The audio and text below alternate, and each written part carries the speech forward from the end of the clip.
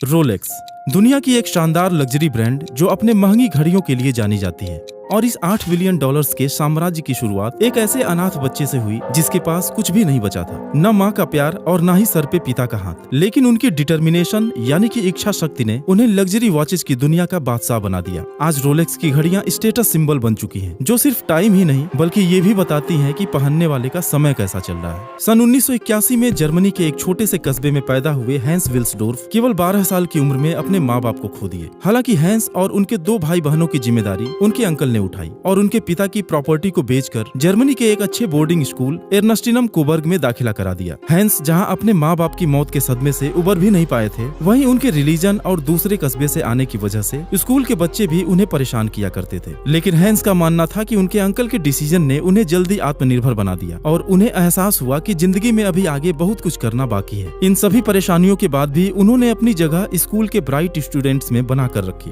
Hence maths के साथ languages में काफी अच्छे थे, जिसने उन्हें फॉरेन में जाकर काम करने के लिए इंस्पायर किया। स्कूल के दौरान ही एक स्विस बॉय से उनकी दोस्ती हुई जो उन्हें स्विट्जरलैंड की कहानियां सुनाया करता था। और जैसा कि आपको पता ही होगा कि स्विट्जरलैंड दुनिया में अपने लग्जरी वॉचेस की वजह से जाना जाता है। 19 साल की उम्र में अपना ग्रेजुएशन कंप्लीट करके हैंस स्विट्जरलैंड के जिनेवा चले गए और एक पर्ल एक्सपोर्ट कंपनी में एज एन अप्रेंटिस काम करने लगे। लेकिन अचानक एक दिन उनके फ्रेंड ने उन्हें कूनो कॉर्टेन नाम की कंपनी में जॉब के लिए ऑफर भेजा, जो उस समय स्विट्जरलैंड की एक फेमस वॉच मेकिंग कंपनी थी। ऑफर को एक्सेप्ट करते हुए Hans English correspondent and clerk के पोस्ट पर काम करने लगे और आज उनके बचपन के लैंग्वेजेस का इंटरेस्ट काम आ गया। साथ ही उनको वॉचेस की एक्यूरेसी चेक करने और पैकिंग की भी जिम्मेदारी दी गई, जिससे वो हर तरह के वॉच बनाने का हुनर भी सीख गए। नौकरी को अभी 2 ही साल बीते थे कि सेना में अपनी सेवाएं देने के लिए उन्हें जर्मनी वापस जाना पड़ा। हालांकि कुछ दिन आर्मी में बिताने के बाद वो 22 साल की उम्र में फिर नए जॉब की तलाश में लंदन चले गए और एक हाई एंड वॉच बनाने की कंपनी में उन्हें बड़े पोजीशन पर काम करने का मौका मिला,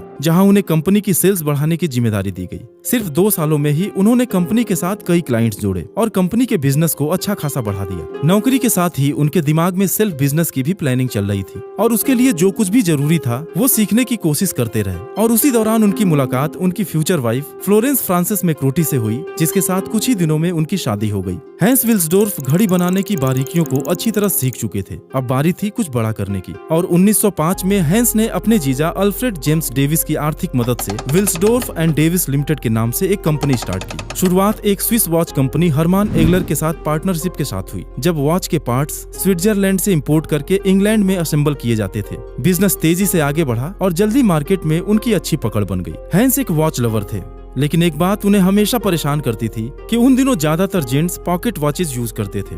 रिस्ट वॉचेस सिर्फ औरतें यूज करती थीं, वो भी ज्वेलरी की तरह, क्योंकि रिस्ट वॉचेस साइज में छोटे होते थे और स्मॉल पार्ट्स की वजह से वो प्रिसाइज नहीं थे। वो कभी फास्ट तो कभी स्लो हो जाते थे। लेकिन हैंस को पॉकेट वॉचेस यूज करना मुश्किल लगता था, क्योंकि वो साइज में बड़े होते थे और टाइम देखने के लिए बार बार पॉकेट से निकालना पड़ता था। अब एक प्रिसाइज्ड वॉच बनाने के लिए हैंस अगले कई सालों तक यूरोप के अलग अलग देशों में घूमते रहे और वॉच मेकर से रिस्ट वॉचेस की छोटी छोटी डिटेल्स के बारे में जानकारी हासिल की। बाहर से जो भी सीखा उसकी मदद से उन्होंने अपना खुद का रिस्ट वॉच लॉन्च किया और धीरे धीरे क्वालिटी को इम्प्रूव करते गए। सन 1908 आते आते लोग उनके रिस्ट वॉचेस को पसंद करने लगे और वह इंग्लैंड की वॉच इंडस्ट्री के टॉप प्लेयर्स में से एक बन गए। विल्सडोर्फ एंड डेविस लिमिटेड की जगह हैंस कंपनी का एक आसान नाम रखना चाहते थे, जो हाई क्लास और अट्रैक्टिव हो और जो वॉच के डायल पर भी खूबसूरत लगे। 5 अक्षरों के नाम के लिए वो काफी दिनों तक काम करते रहे और अचानक एक दिन उनके दिमाग में एक नाम आया, रोलेक्स, जिसे 1908 में रजिस्टर करा लिया गया और रोलेक्स के ब्रांड नेम से घड़ियों का प्रोडक्शन किया जाने लगा। सब कुछ ठीक चल रहा था, लेकिन उसी दौरान फर्स्ट वर्ल्ड वॉर की शुरुआत हो गई और बिजनेसेस पर इसका बुरा असर पड़ने लगा। यहाँ तक कि कुछ वॉच फर्म्स बंद भी हो गए, लेकिन रोलेक्स नहीं। ये वो दौर था जिसमें रोलेक्स वॉचेज और फेमस होने लगे, क्योंकि एक्यूरेट टाइम और हर सिचुएशन में काम करने की क्वालिटी की वजह से सिपाहियों और अधिकारियों को रोलेक्स वॉच दिया जाने लगा। और इसका फायदा ये भी था कि इसे पॉकेट वॉच की तरह बार बार जेब से निकालना नहीं पड़ता था। कंपनी इतनी तेजी से आगे बढ़ी कि सन 1914 में लंदन में बड़ा ऑफिस खोलकर 60 लोगों को अपॉइंट किया गया। रोलेक्स को स्विट्जरलैंड से मिले first wrist watch chronometer rating और लंदन क्यू ऑब्जर्वेटरी से class A certificate of precision ने इसकी विश्वसनीयता को और बढ़ा दिया। लेकिन सब कुछ रोलेक्स के फेवर में नहीं हुआ। सन 1914 में ब्रिटिश गवर्नमेंट ने उन सभी आइटम्स पर 33% एक्सपोर्ट ड्यूटी लगा दिया जो दूसरे देशों को भेजे जा रहे थे। ये हैंस के लिए चिंता की बात थी, क्योंकि उनका पूरा बिजनेस एक्सपोर्ट पर ही निर्भर था। और दूसरी प्रॉब्लम ये भी थी कि वर्ल्ड वॉर की वजह से ब्रिटिश लोग जर्मन्स को पसंद नहीं कर रहे थे। इसी वजह से हैंस को अपना हेडक्वार्टर लंदन से स्विट्जरलैंड के बियेन शिफ्ट करना पड़ा और 1919 में रोलेक्स का ऑफिस बियेन से जिनेवा शिफ्ट कर दिया गया, जहां आज भी रोलेक्स का हेडक्वार्टर है। सन 1924 में रोलेक्स ने अपने 5 स्टार लोगो को ट्रेडमार्क कराया, जो उनकी घड़ियों को और लग्जरी लुक देने लगे। फिर आया साल 1926, जब रोलेक्स ओएस्टर के लॉन्च ने वॉच इंडस्ट्री को बदल कर रख दिया। असल में यह इतिहास की पहली वाटरप्रूफ रिस्ट वॉच थी और हैंस को पता था कि ये एक रेवोल्यूशन है जिसे लोग हाथों हाथ लेंगे, लेकिन उन्होंने इसे दुनिया के सामने रखने के लिए सही टाइम का वेट किया। सन 1927 में हैंस को एक इंग्लिश महिला ग्लाइड्स के बारे में पता चला कि वह 20.5 मील के इंग्लिश चैनल को तैर कर पार करने का दावा करती है। लोगों को जब विश्वास नहीं हुआ तो हजारों लोगों के सामने उस लेडी को ये करतब दिखाने का मौका दिया गया।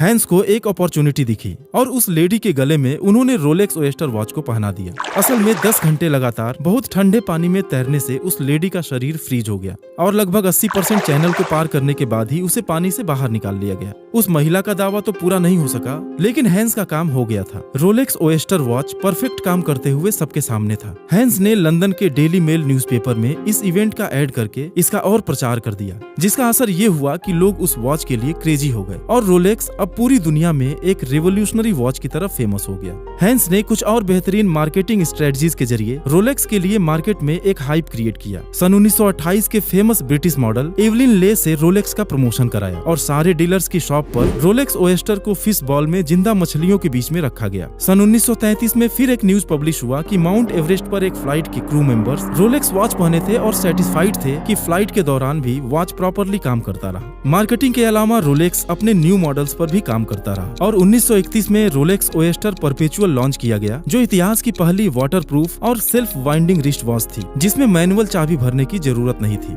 सन 1939 में वर्ल्ड वार 2 शुरू हो गया और जर्मन ब्रांड होने की वजह से यूरोपियन कंट्रीज में रोलेक्स का एक्सपोर्ट बंद हो गया, जिससे कंपनी का सेल्स काफी नीचे गिरने लगा और दुर्भाग्य से 1944 में उनके वाइफ की भी डेथ हो गई, जिससे हैंस फ्रस्ट्रेट हो गए और अपनी वाइफ की याद में उन्होंने हैंस विल्सडोर्फ फाउंडेशन की स्थापना की, जो एक प्राइवेट चैरिटी ट्रस्ट थी। अपनी मौत के पहले ही हैंस ने रोलेक्स का 100% ओनरशिप फाउंडेशन को ट्रांसफर कर दिया, जो अभी भी रोलेक्स को कंट्रोल करती है। इसलिए रोलेक्स कभी भी पब्लिक प्रॉपर्टी नहीं बनेगी और चैरिटी की वजह से इसे कोई टैक्स भी नहीं देना पड़ेगा। वर्ल्ड वार 2 खत्म होने के बाद रोलेक्स की बिक्री में तेजी से इजाफा हुआ। सन 1945 में रोलेक्स डेट जस्ट लॉन्च किया गया, जिसमें वॉच के डायल पर तारीख भी दिखता था और 10 साल बाद एक और revolutionary model Rolex day date को लॉन्च किया गया, जिसमें डायल पर तारीख और दिन दोनों डिस्प्ले होते थे, जो आजकल आप जनरली सभी वॉचेस में देख सकते हैं। रोलेक्स आगे भी नए नए मॉडल्स बनाता रहा और 1953 में सबसे लीजेंडरी वॉच रोलेक्स सबमरीनर के नाम से सामने आया, जो एक डीप ड्राइव वाटरप्रूफ वॉच था और 100 मीटर पानी के भीतर भी परफेक्ट काम करता था।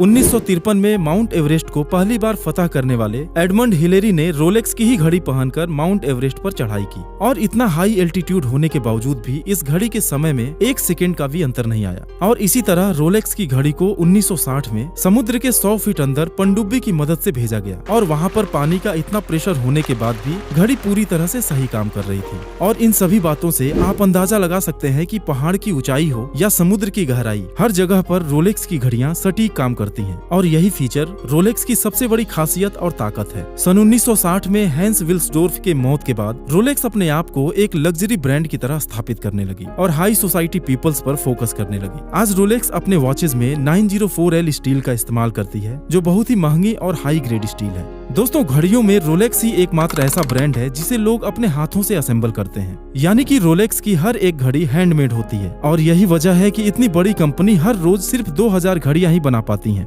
रोलेक्स ने पहली बार 2008 में भारत में कदम रखा था और यहाँ के भी रईस लोगों के लिए यह घड़ी पहली पसंद है। अब देखा जाए तो इन घड़ियों की कीमत 2 लाख रुपए से शुरू होकर करोड़ों रुपए तक जाती है, लेकिन शौकीन लोग कीमत देखकर चीजें नहीं खरीदते। इस तरह एक अनाथ बच्चे ने, जिसके पास कुछ भी नहीं था, अपने पैशन और कुछ करने की जिद से पूरी वॉच इंडस्ट्री को बदल कर रख दिया और इंडस्ट्री का मोस्ट इन्फ्लुएंशियल व्यक्ति बन गया। तो दोस्तों, आज की वीडियो में बस इतना ही। अगर वीडियो पसंद आई हो तो चैनल को सब्सक्राइब करके बेल आइकन को जरूर प्रेस कर दें।